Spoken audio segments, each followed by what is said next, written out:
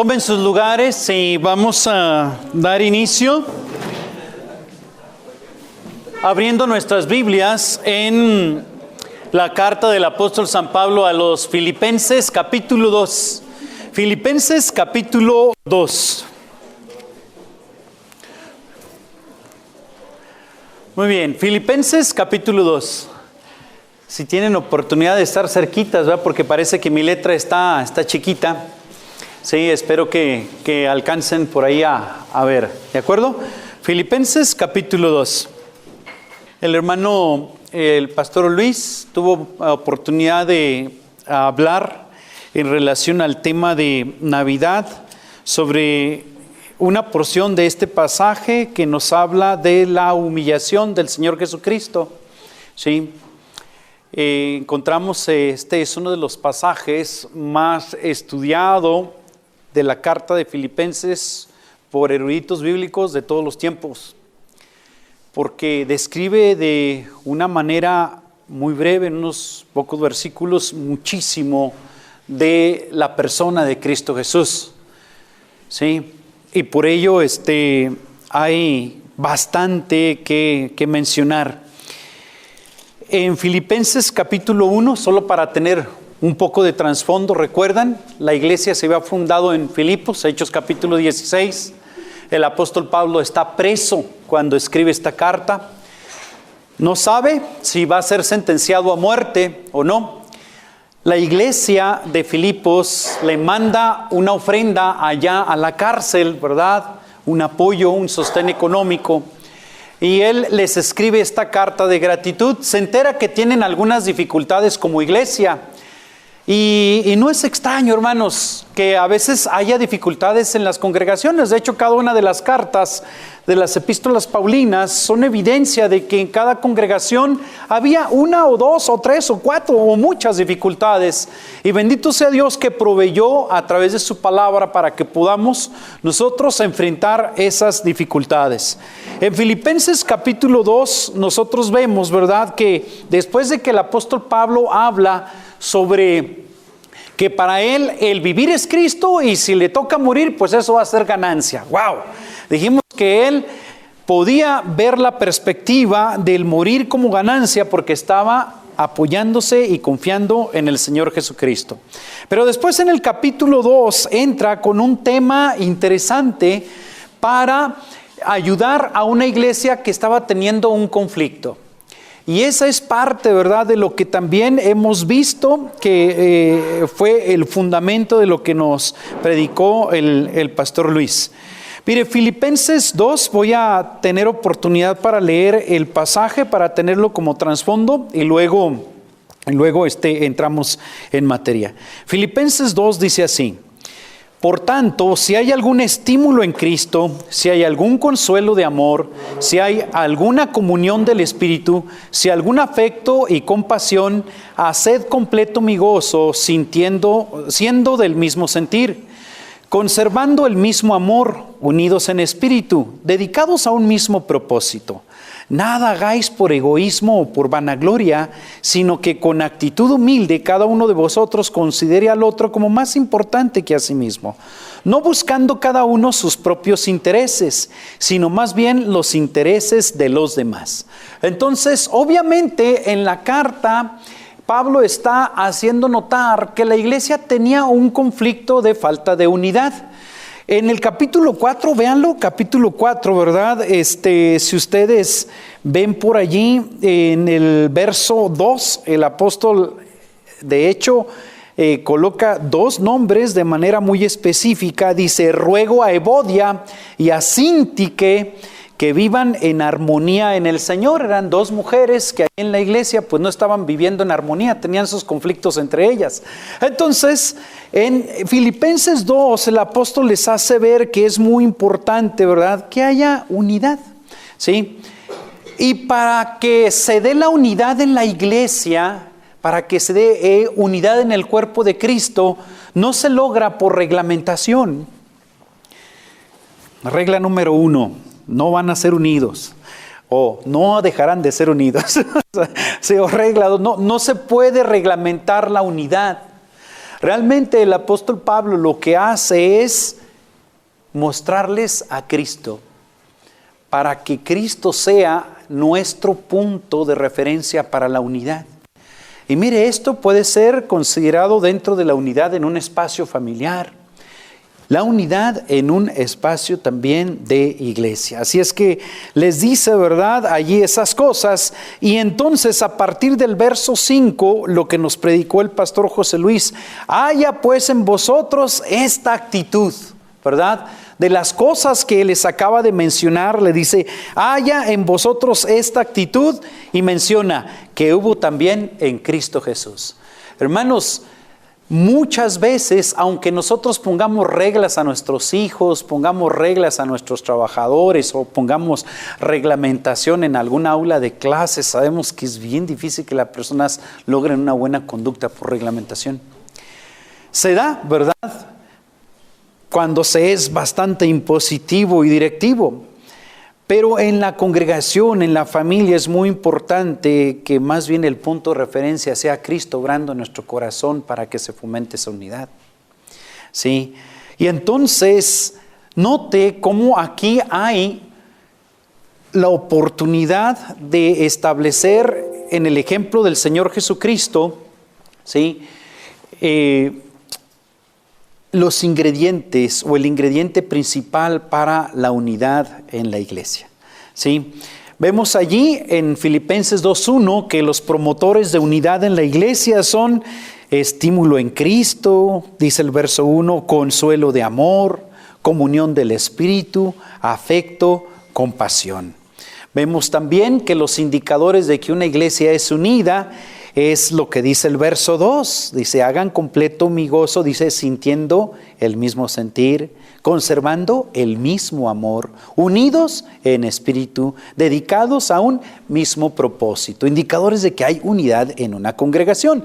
Tercero, destructores de la unidad en una iglesia. Lo vemos en el verso 3. Dice, nada hagáis, ¿por qué?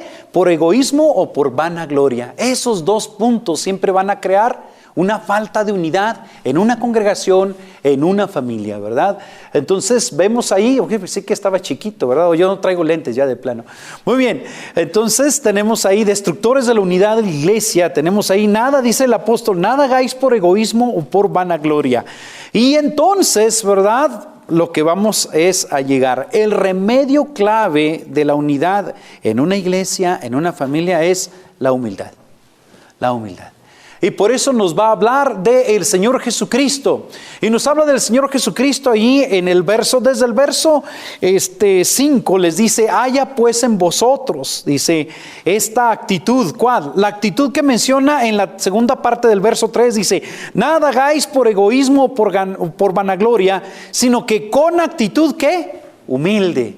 Con actitud humilde. Bueno, y entonces, para ejemplificar la humildad o para demostrar la teología de la humildad de una forma muy práctica, coloca como referencia a quien siempre debe ser nuestra referencia, al Señor Jesucristo. Dice, haya pues en vosotros esta actitud que hubo también en Cristo Jesús, el cual, aunque existía en forma de Dios, no consideró el ser igual a Dios como algo a que aferrarse, sino que se despojó a sí mismo, tomando forma de siervo, haciéndose semejante a los hombres, y hallándose en forma de hombre, se humilló a sí mismo, haciéndose obediente hasta la muerte y muerte de cruz. Entonces, mis hermanos, aquí sabemos que lo que destruye la unidad son los pleitos y el orgullo. Los pleitos y el orgullo. Eso inmediatamente fragmenta una buena relación familiar, una buena relación interpersonal, esposo-esposa, padres-hijos, ¿sí? A veces los padres podemos ser tan orgullosos y no aceptar que nos equivocamos frente a nuestros hijos en algún punto. A veces como hombres no queremos aceptar que debemos de pedir disculpas a nuestra esposa si nos equivocamos. Y al revés también, hay mujeres que no les gusta tampoco disculparse, ¿sí? Sí pasa. Pero entonces aquí no se reglamenta que se establezca la unidad por medio, ¿verdad?, de algunos mandamientos, no, sino sencillamente el apóstol les llama la atención a lo que hizo el Señor Jesucristo y que siempre es nuestro modelo. y menciona lo que pasó en la vida del Señor Jesucristo, la humildad. La mejor definición de humildad la encontramos en esos versos 3 y 4. Dice, estimando, dice el verso 3, dice, sino que con una actitud humilde cada uno de vosotros considere al otro como más importante que a sí mismo. Dice 4, no buscando cada uno sus propios intereses, sino más bien los intereses de los demás. Warren Wiersbe dice que la persona humilde no es la que piensa que no vale nada, sino la que simplemente pues, no piensa en sí mismo. ¿Sí? La humildad es aquella gracia que cuando tú piensas que la tienes, ya la perdiste. ¿Sí? La persona humilde en verdad se conoce a sí misma y se acepta como es, según Romanos 12:3, que dice que ninguno tenga más alto concepto de sí que el que debe de tener, sino que piense de sí mismo con cordura. ¿Sí? Conforme a la medida del don de Cristo. La persona humilde se rinde a Cristo para ser un servidor y usar su vida, sus posesiones, sus dones, sus talentos, su tiempo para la gloria de Dios y el bienestar de otros. La palabra clave de Filipenses 2:4, ¿sí? Es los demás. Los demás, o en la Reina Valera, otros. Entonces, el modelo de humildad es el Señor Jesucristo. El método del apóstol Pablo para predicar la doctrina nunca fue la mera exposición teórica, ¿sí? Sino siempre utilizó la teología para un fin práctico. Sus exhortaciones a la obediencia, a llevar una vida santa, al amor abnegado, están basadas en una sólida doctrina. Entonces, mis hermanos, dice la Escritura, ¿verdad?, que esto en el verso 5 nos hace ver cómo el Señor Jesús fue manifestándose, ¿verdad? Cómo el Señor Jesús tomó el ejemplo para nosotros. Y en su humildad al venir en el tiempo que celebramos de Navidad, esto muchos consideran que es como un himno, este pasaje. Algunos dicen que sí, otros dicen que no, pero como titulamos la serie Cánticos de Navidad, pues encontramos aquí una parte preciosa. Dice, haya pues en vosotros esa actitud que hubo también en Cristo Jesús, dice, el cual aunque existía en forma de Dios, note, aunque existía en forma de Dios, note, dice, Cristo sacude su derecho de antigüedad, su existencia antes de la encarnación. A veces pensamos que porque ya tenemos muchos años en el Evangelio y una persona nueva no nos puede decir nada ni nos puede enseñar nada, pero Cristo estaba desde antes de la fundación del mundo y se humilló. Cristo Jesús está diciéndole, sacude también su derecho de identidad, porque dice, y aunque no consideró ser igual a Dios. ¿Cuántas veces oímos personas para decir que no sabes quién soy, verdad? Que no sabes con quién te estás metiendo, ¿verdad? Pero Cristo llegó y sacudió aún ese derecho de identidad en el sentido de que no sabes quién soy. No, es Él. Él era igual a Dios y eso no fue motivo para aferrarse a ello y no cumplir el propósito de Dios humillándose. ¿Sí? Cristo Jesús también nos dice que sacude las ventajas y los privilegios, porque dice, aunque existía en forma de Dios, mucho más antes, no consideró ser igual a Dios sus privilegios, pero también dice como algo a qué aferrarse, sino dice que se despojó de esas ventajas y esos privilegios, ¿verdad? Dice renuncias que le llevaron a tomar forma humana para morir. El evento que celebramos de Navidad es un evento impresionante, porque es la situación del Dios Todopoderoso que desde antes de la fundación del mundo ya era no aferrarse a esa antigüedad. La Navidad es sorprendente porque aunque tenía, ¿verdad?, los derechos, ¿verdad?, de identidad, de igualdad con el Padre, no se aferró a esos para no venir a este mundo y tomar forma humana. Y aunque tenía las ventajas y los privilegios de ser, ¿verdad?, allí en la eternidad, en comunión completa, con privilegio, con todo poder, riqueza, se despojó de todo aquello para poder morir.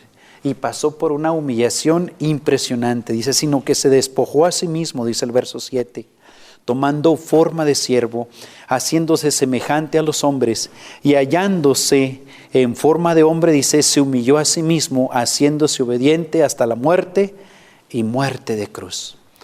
Entonces, el apóstol está mencionando, miren, la Navidad es un recordatorio, si podemos decirlo así, de humillación.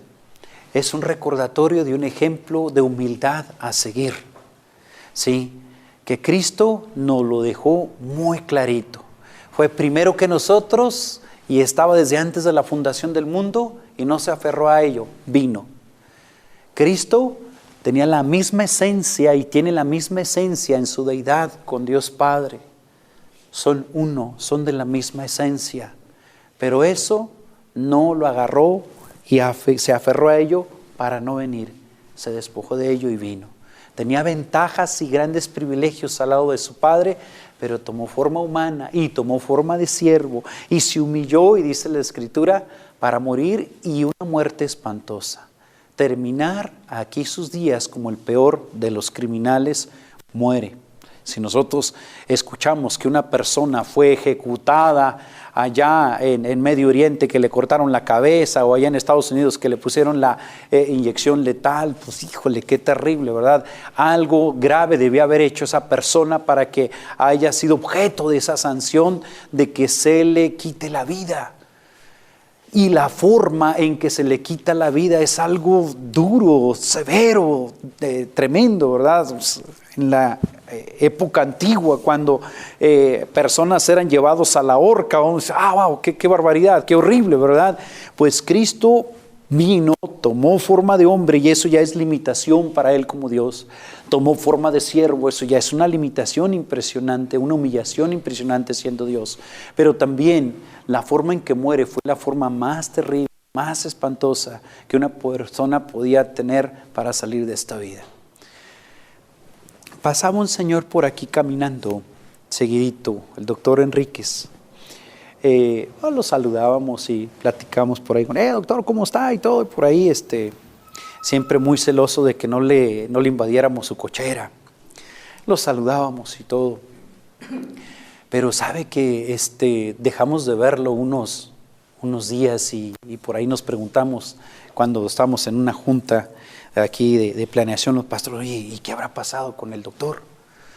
Pues finalmente se indagó y ya el doctor falleció. El doctor Enríquez. No estoy hablando es que es similar, no el que fue nuestro presidente, o no estamos hablando de eso, otro doctor Enríquez por aquí, sí, que vive aquí más adelante, pero ¿sabe qué? Estaban en una comida, en un tiempo de comida, tiene sus hijas y tiene sus nietos, y pues varias veces llegaban y yo saludaba al güero ahí, ¿qué pasa? Otro güero, hermano, ¿sí? Ay, ¿qué tal? Y estaban comiendo y de repente, ¡pum!, falleció ahí comiendo. Muy rápido. Bueno, dice, oye, pues bueno, siquiera, ¿verdad? Disfrutó su última comida, fue en su casa, no lo agarraron, bueno, fue algo así nada más, comiendo y ¡pum!, murió ahí comiendo así fue. Pues dijimos, oye, pues qué bien. Y decía el señor, no, ni tan bien, porque estaban todos los nietos. ¿Qué le pasó al abuelo? Están comiendo. Entonces, pero fue una forma tranquila, en un sentido. Pero qué contraste con Jesucristo, que sale como morían los criminales, los peores criminales. Entonces viene y nos da un ejemplo, ¿verdad?, de que la humildad siempre va a conllevar humillación. No hay mejor forma de aprender humildad que cuando Dios nos coloca en el valle de humillación. Y lo triste es, ¿verdad?, que ese jarabe de humildad no nos gusta tomarlo, porque sabe feo. Los niños cuando toman alguna medicina, pues para los adultos el jarabe más pesado para probar es el jarabe de la humildad. Lo triste es que la receta es muchas veces a muy largo plazo, hasta que uno se va curando poco a poco, hasta que uno va aprendiendo sobre ello. Entonces el apóstol le hace ver y nos hace ver a nosotros a través del Espíritu Santo. Navidad significó humillación. Hoy en día para nosotros Navidad significa regalo, cena, ¿sí? Me daba mucha risa porque en el transcurso de los días llegó ahí un señor en bicicleta. Yo había terminado de limpiar por ahí el estacionamiento donde trabajo y entra el hombre ahí, estaciona ahí su bicicleta en un lado de la puerta y lo saludo. ¿Cómo está usted? Buenos días. ¿Y qué tal? ¿Cómo pasó su Navidad? Nos vemos muy bien, gracias a Dios. Y dice, oiga, véndame 2 kilos de pescado porque ya no aguanto los tamales. ya no aguanto los tamales. Dice, o sea, ya hasta aquí. O sea, yo creo que sí le dieron a él tarde mañana y a mediodía. Entonces, el chiste es que, por favor, ya quiero algo diferente. Vengo nada más por algo de pescado, ¿verdad? Sí, o sea, ya se le había hecho demasiado complicada la situación. Y digo, qué barbaridad. Pues sí, Navidad es eso. O sea, disfrutamos comer, disfrutamos el compañerismo con nuestra familia, disfrutamos de los regalos, del tiempo libre que tenemos. Eso es muy bonita la Navidad. Pero nunca pasemos por alto que Navidad en el contexto de Cristo y en el contexto del cristianismo es humillación.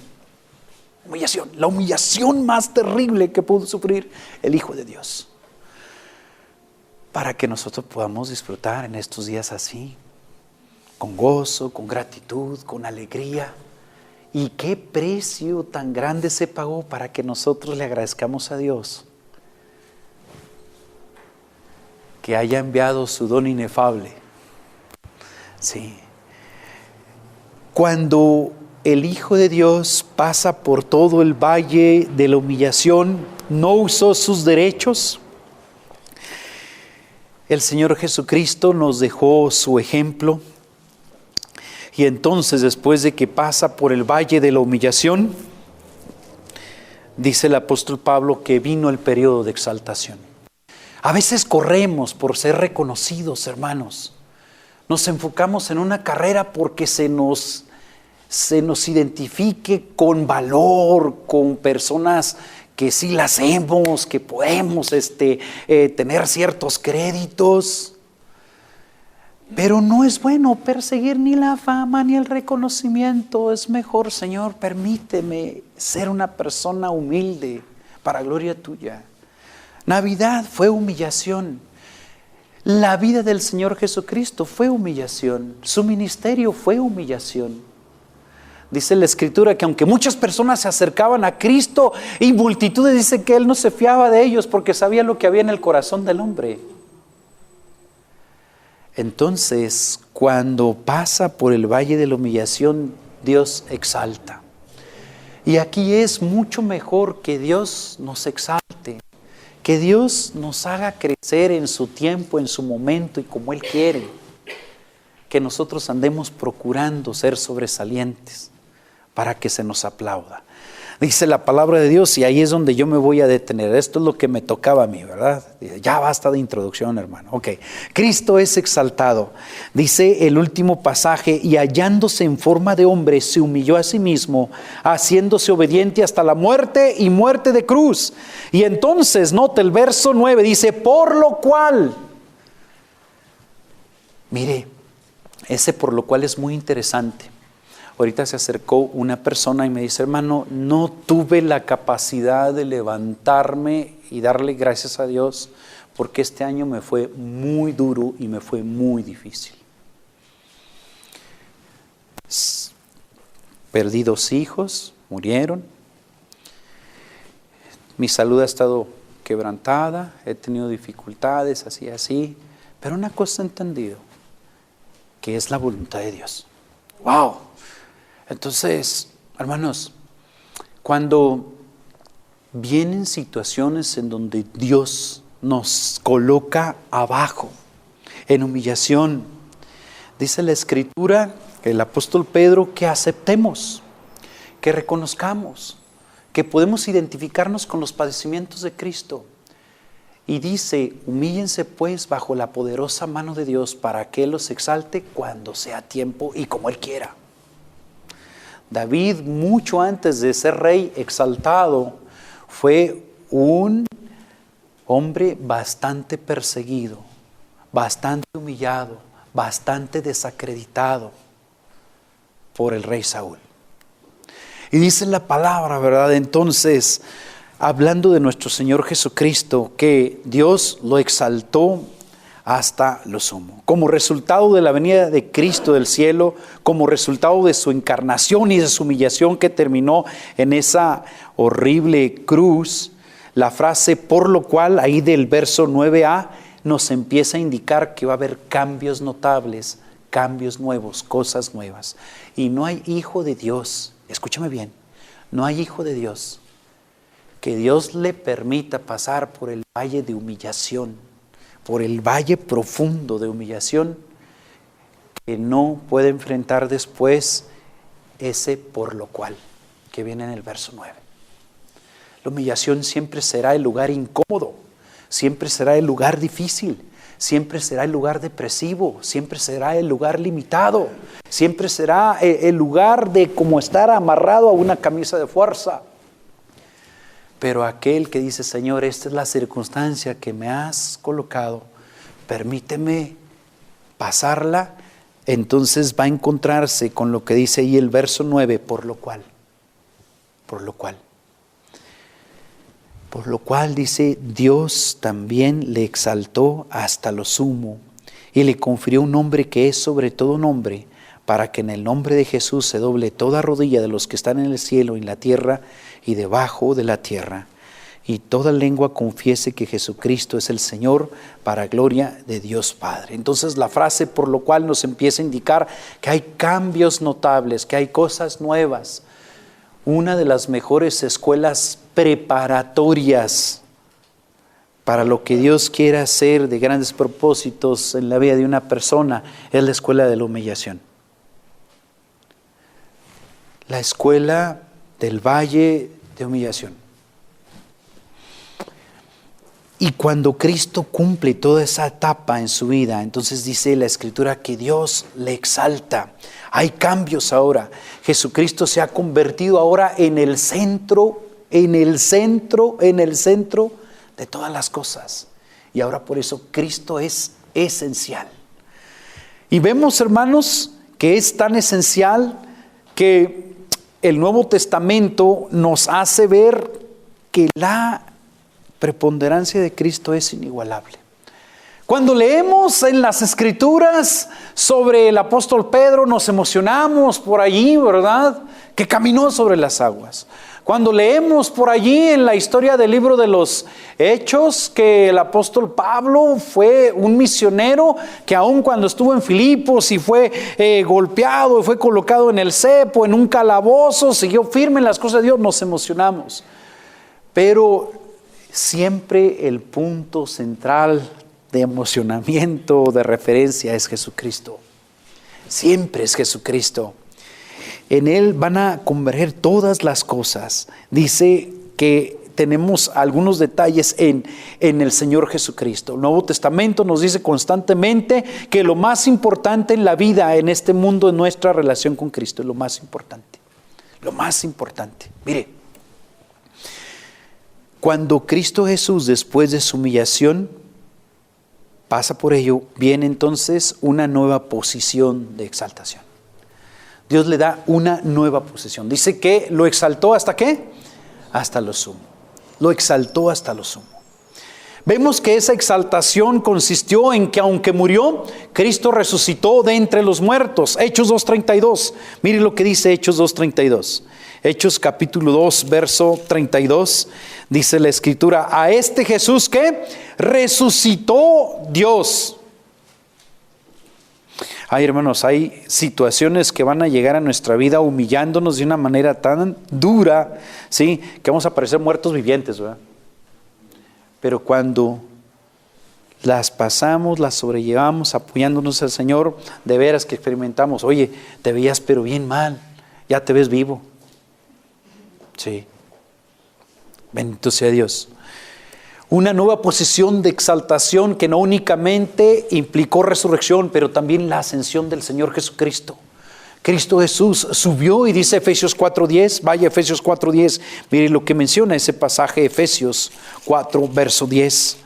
Dice la palabra, el que descendió es también el que él mismo, es el mismo que ascendió mucho más arriba de todos los cielos para poder llenarlo todo.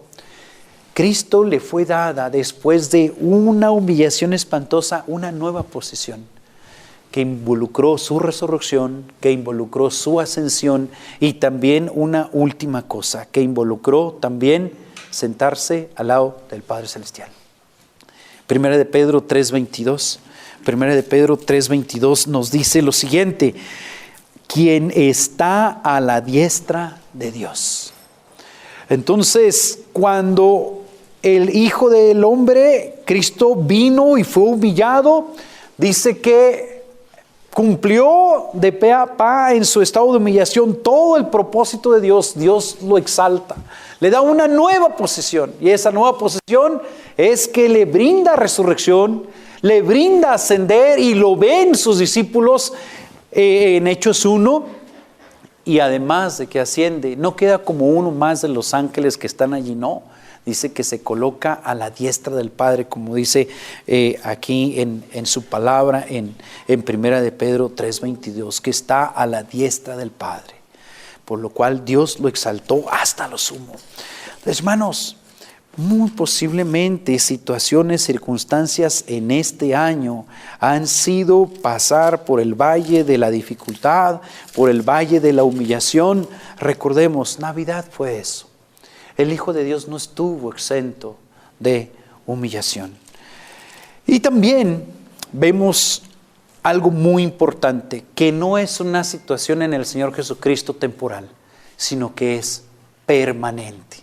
Una situación permanente, porque dice la palabra: por lo cual Dios también le exaltó hasta lo sumo y le confirió un nombre que es sobre todo nombre, para que en el nombre de Jesús se doble toda rodilla de los que están en el cielo, en la tierra y debajo de la tierra, y toda lengua confiese que Jesucristo es el Señor, para gloria de Dios Padre.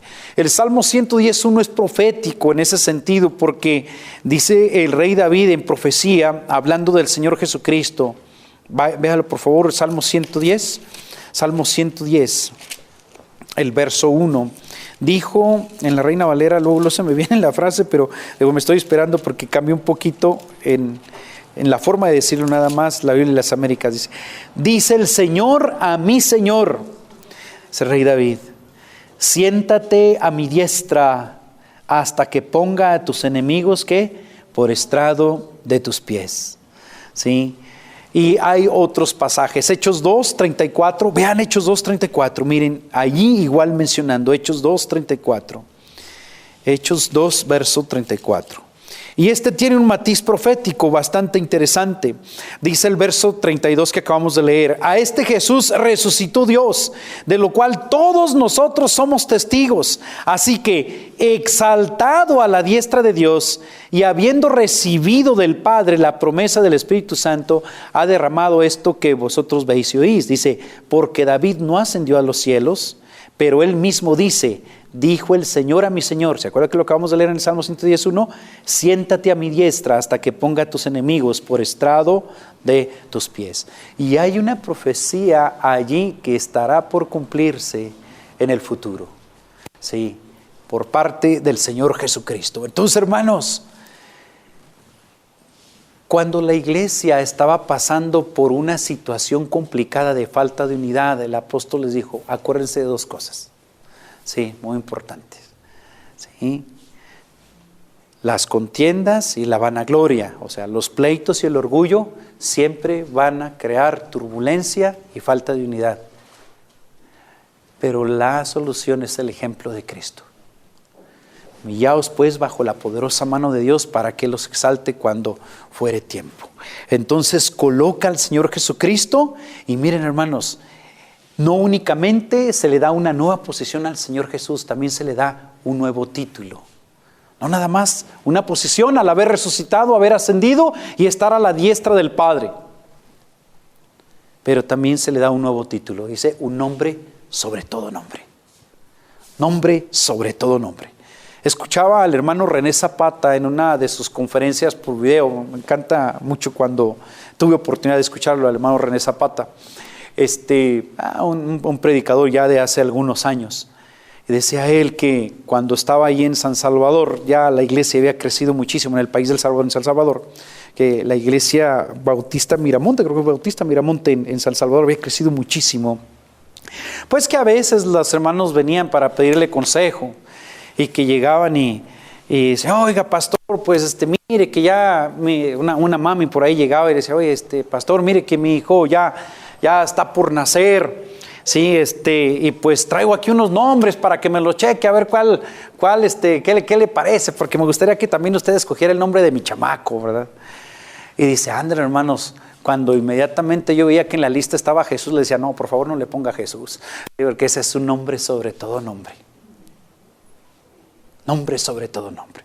Yo sé que muchas personas se llaman Jesús porque no tienen una idea de lo que significa aquello, ¿verdad? Y no sabían el contexto. Pero Cristo Jesús dice que no únicamente se le dio una nueva posición, se le dio un nombre que es sobre todo nombre. Y eso es algo bien impresionante, algo tremendo. Decía el hermano René Zapata que de repente a veces andaba por allí testificándole a una persona que estaba tomada o que estaba tratando de calmarlo. A ver, ¿y cómo te llamas? Pues Jesús. Y dice, ay, esta me contrastaba el hombre todo borracho, todo mal, y que se llame Jesús. Dice, no puede ser posible, ¿verdad? Una contradicción tremenda con el nombre, ¿verdad? Pero ¿sabe qué? Cristo se le dio un nombre, dice Filipenses, ¿verdad? Una nueva posición, pero también en este hermoso cántico se nos habla de que se le dio un nombre sobre todo nombre. Dice, por lo cual Dios también le exaltó hasta lo sumo, nueva posición, y le confirió el nombre que es sobre todo nombre, para que en el nombre de Jesús ocurran ciertas cosas. El nombre que más prevalece en la iglesia, en el Nuevo Testamento, es Señor. Señor, el Señor Jesús, el Señor Jesús. Nombre sobre todo nombre.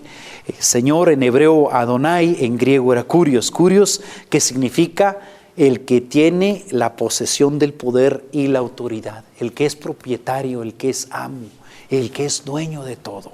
Nombre sobre todo nombre. Y debe ser así el Señor en nuestras vidas. Es un título relacionado con Cristo. 1 Timoteo, vea por favor, 1 Timoteo, capítulo 1. 1 Timoteo, capítulo 1, 1 y 2. 1 Timoteo 1, 1 y 2 dice, Pablo, apóstol de Cristo Jesús, por mandato de Dios nuestro Salvador y de Cristo Jesús nuestra esperanza. A Timoteo, verdadero hijo en la fe, gracia, misericordia y paz de parte de Dios Padre y ¿de qué? De Cristo Jesús nuestro Señor. Cristo Jesús nuestro Señor. Se le dio un nombre que es sobre todo nombre. El nombre Señor no es otro que el de Jehová y se refiere a su deidad, dice Schaeffer.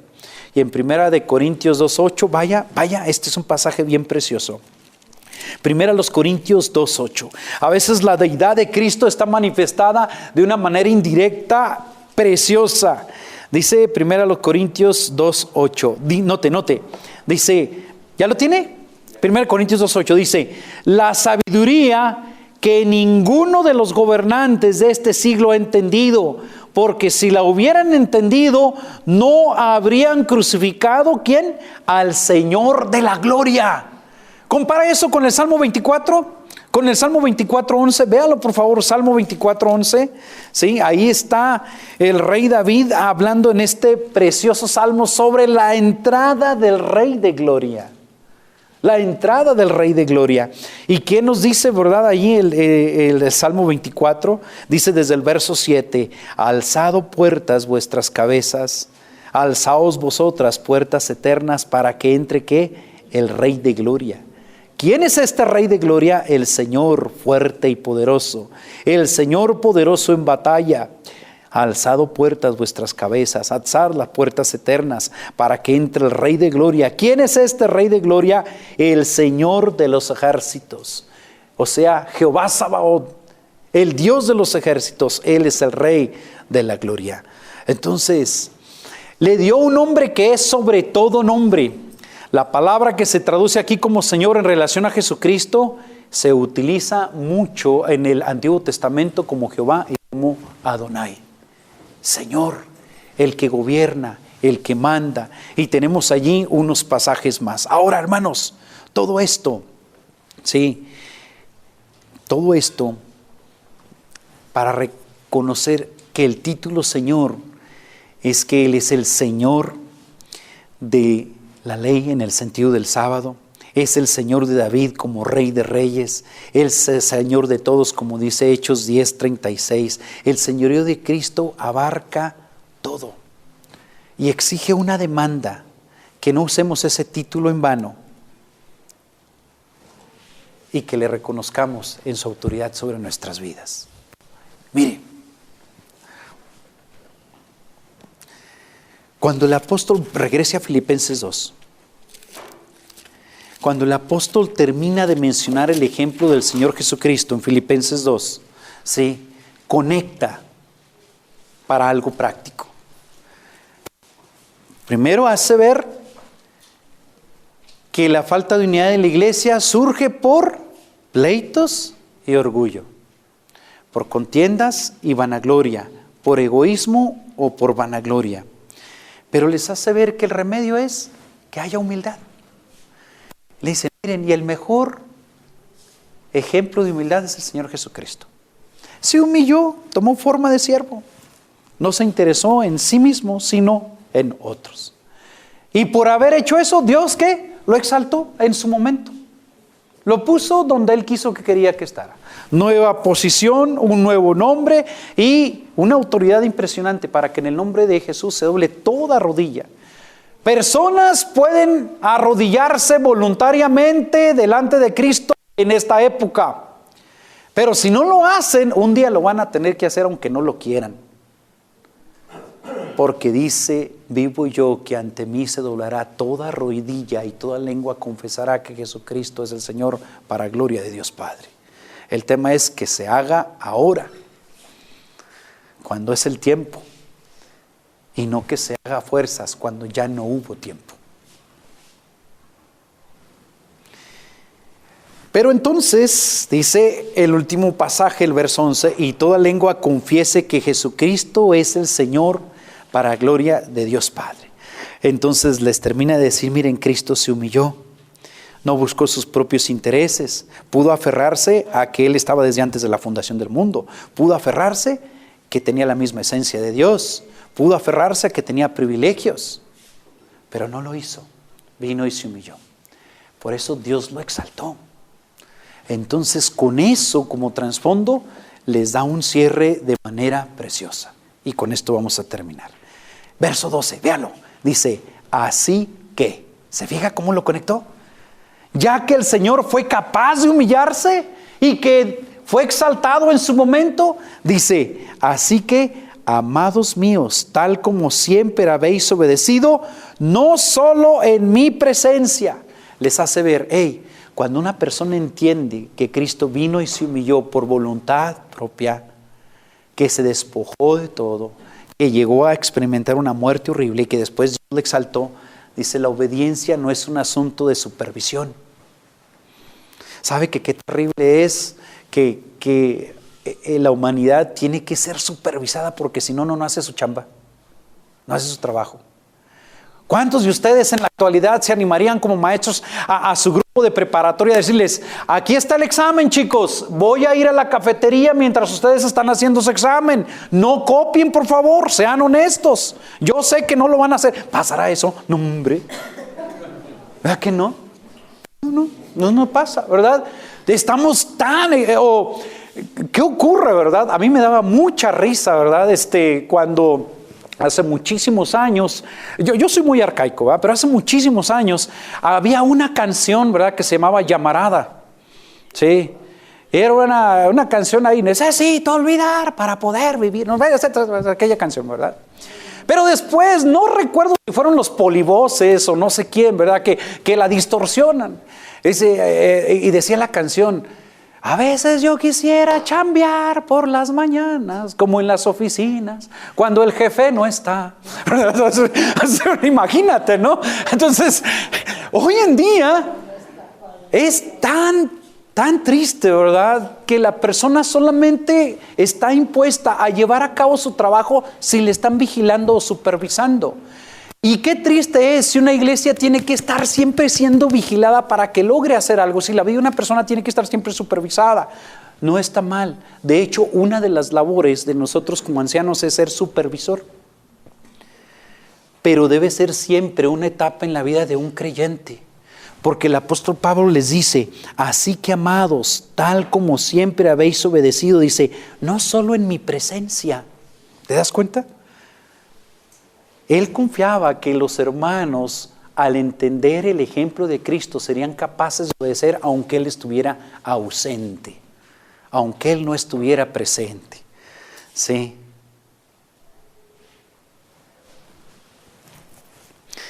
Cuando yo era niño estuve en una iglesia donde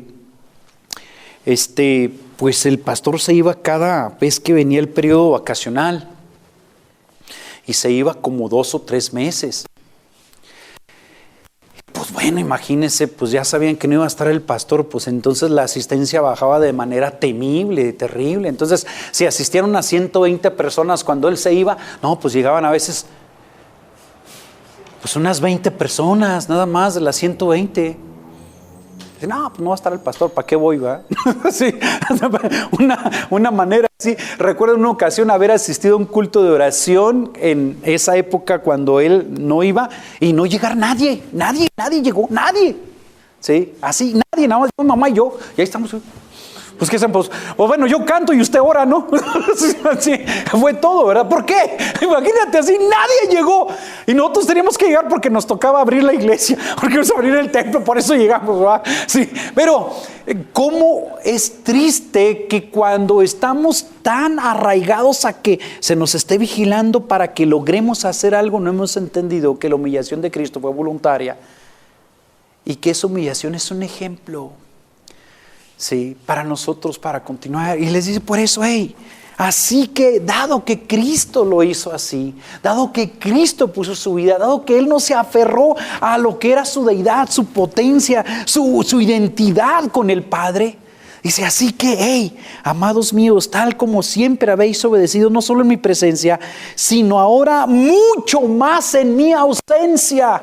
Pablo ahora estaba preso, ya no podía ir a visitarles, ya no podía predicarles el evangelio, ni la doctrina cada semana, estaba limitado por los barrotes, por el calabozo. Pero qué precioso, les dice, la palabra de Dios no está presa.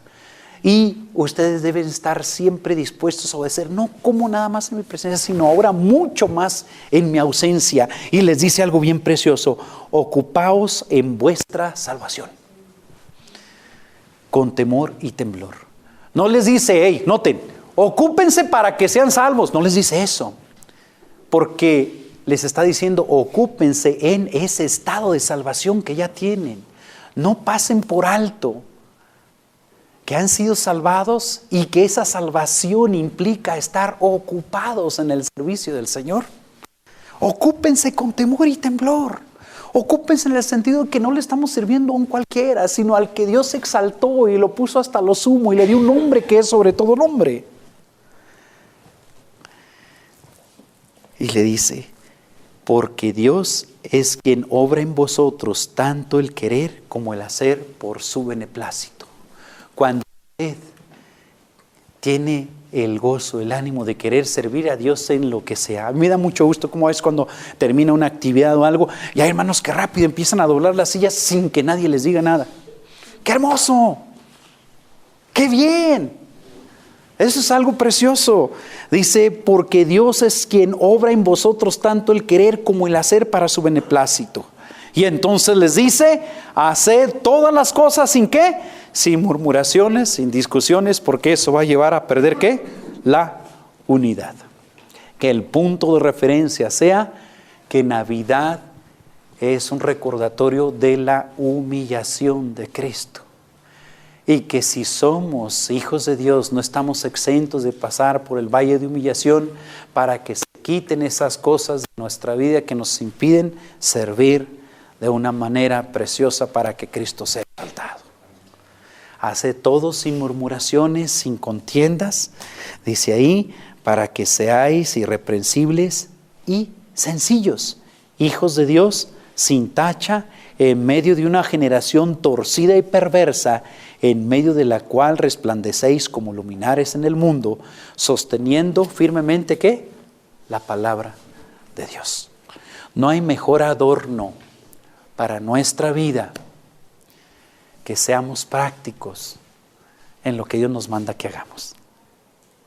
Qué ornato, qué traje, qué corbata, ni qué nada.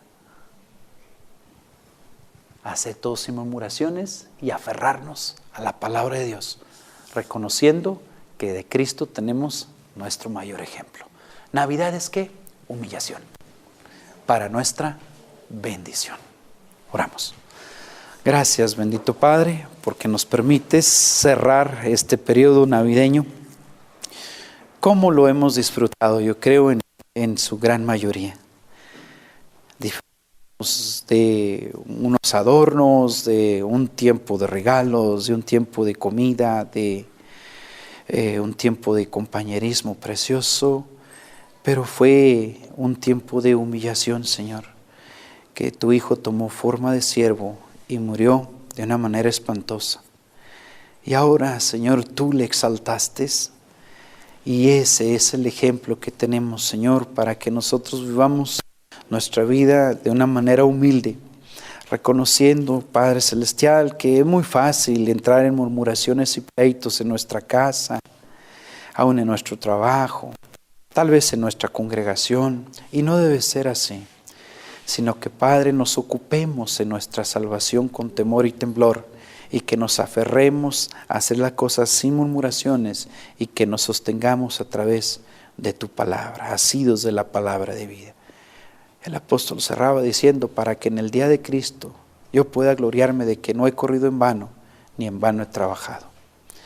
Guíanos pues, bendito Dios, te agradecemos por todas las cosas que trajiste a nuestra vida, especialmente aquellas que nos humillaron, aquellas que nos hicieron llorar, aquellas que nos dolieron, aquellas que tal vez se fueron presentadas de una manera injusta, porque de ese modo, Señor, podemos también ser participantes de la naturaleza divina en los padecimientos de Cristo. Permite que si alguien está en esta etapa, en un valle de humillación, en un valle de profunda, Señor, humillación, concédele ver el ejemplo del Señor Jesucristo, reconocer que ya el Hijo del Hombre, el Hijo de Dios, marcó ese camino. Y que, Señor, que tu exaltación llegue cuando tú quieras, que tu vindicación llegue cuando tú quieras.